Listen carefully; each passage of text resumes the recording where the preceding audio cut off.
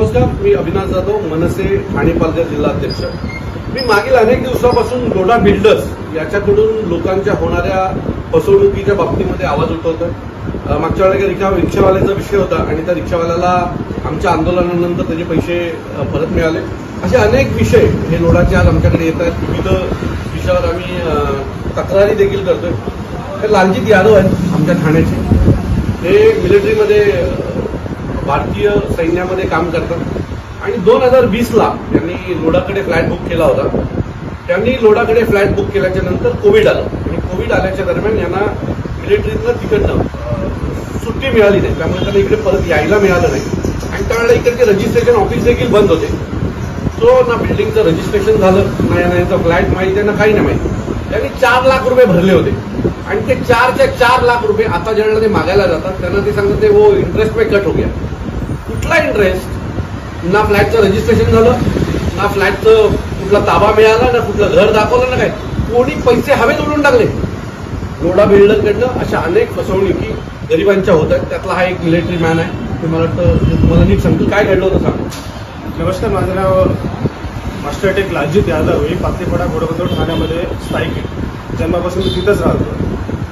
मार्च 2020 मी Lodha ground Majiwada Ghodbunder ठाण्यामध्ये एक 1 BHK flat book केला होता। त्याची मुद्दल जी बुकिंग अमाऊंट होती 54,000 प्लस 3,40,000 रुपये सेकंड, टोटल 3,95,000 मी पेमेंट केली होती, चेक पेमेंट केली होती मॅक्रोटेकच्या नावाने लोधा प्रॉपर्टीचा। त्यानंतर मी माझ्या कामाला निघून गेलो। मी पंजाबला पोस्टेड होतो Jalandhar. At the same time कोविडचा जो पॅन्डेमिक पसरला ऑल ओव्हर वर्ल्डमध्ये, मला देखील माझ्यासोबतचे माझे जेवढे कलिग्स होते कोणालाही सुट्टी मिळत नव्हती। मला लोधाच्या कस्टमर केअरवरून नेहमी मेल येत होते, इव्हन फोन सुद्धा येत होते। मी त्यांना समोरून हे पण बोलत होतो की मला सुट्टी भेटत नाहीये आणि मी इथं पळून जाऊ शकत नाही आणि ठाण्याचं रजिस्ट्रेशन ऑफिस सुद्धा बंद आहे, तिकडे येऊन सुद्धा माझा काय उपयोग नाहीये। तुम्ही एक काम करा, माझं जे फ्लॅटचं जे बुकिंग आहे तुम्ही कॅन्सल करून टाका आणि जी माझे पैसे भरलेले आहेत ते मला रिटर्न करून टाका। आणि यासोबत मी त्यांना प्रॉपर मेल सुद्धा पाठवलं होतं। ऑगस्ट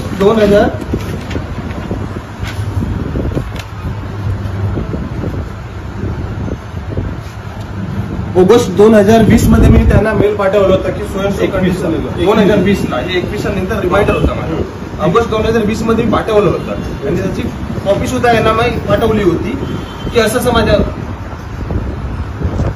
जे आहे ते सर्व काही मी त्यांना प्रॉपर मेलमध्ये पाठवलं आणि हार्ड कॉपी सुद्धा पाठवली।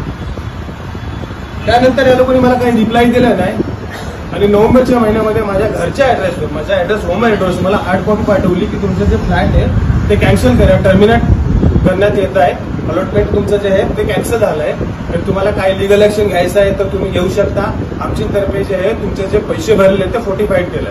आता 45 केले कसल्यामुळे केले, काय केले हे मला काही कळालं नाही। 3 वेळेस 4 वेळेस हेड ऑफिसला गेलो, तिकडे जाऊन भेटलो। ते लोक बोलतात ह्या साहेबांना भेटा, गेलो ह्या साहेबांना भेटलो आणि वरनं हे लोक मला हे पण दमतात की लोधाचे आहेत। आता एवढं ज्या गोष्ट मला बोलायला नाही पाहिजे, पण ते मंत्री आहेत, केंद्रीय मंत्री आहेत, ठीक आहे, पण मी गरीब माणूस जीव दाखवून मी कसं घर परिवार सोडून मी तिकडं माझी सैन्यामध्ये काम केलं, ते पैसे माझे मेहनतीचे रिक्वेस्ट केली त्याला, तरी ते काय मध्ये बोलतात नाही आमच्याकडे काय होऊ शकत नाही, आमच्याकडनं काय होऊ शकत नाही, काय करायचं ते काय। त्यामुळे मी मान्य मला असं वाटतंय की जो फ्लॅट यांनी बघितला नाही, फ्लॅट कॅन्सल झाला ना, त्या घराचं अग्रीमेंट झालं, तरी 4 लाख रुपये त्या लोढाने का काढून घेतले या प्रश्नाचं उत्तरच मिळत नाही।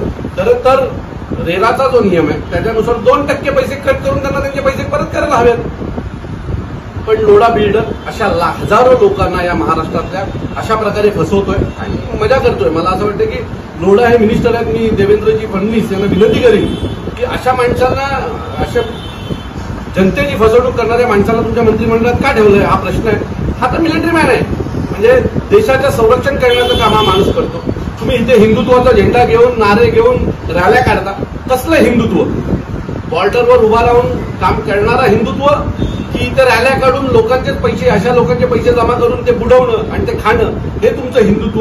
हे मला वाटतं देवेंद्रजींनी लोढा साहेबांना विचारलं पाहिजे। त्याशिवाय अशा हजारो लोक आहेत त्या महाराष्ट्रात, पण त्यांना लोढांनी फसवलेलं आहे.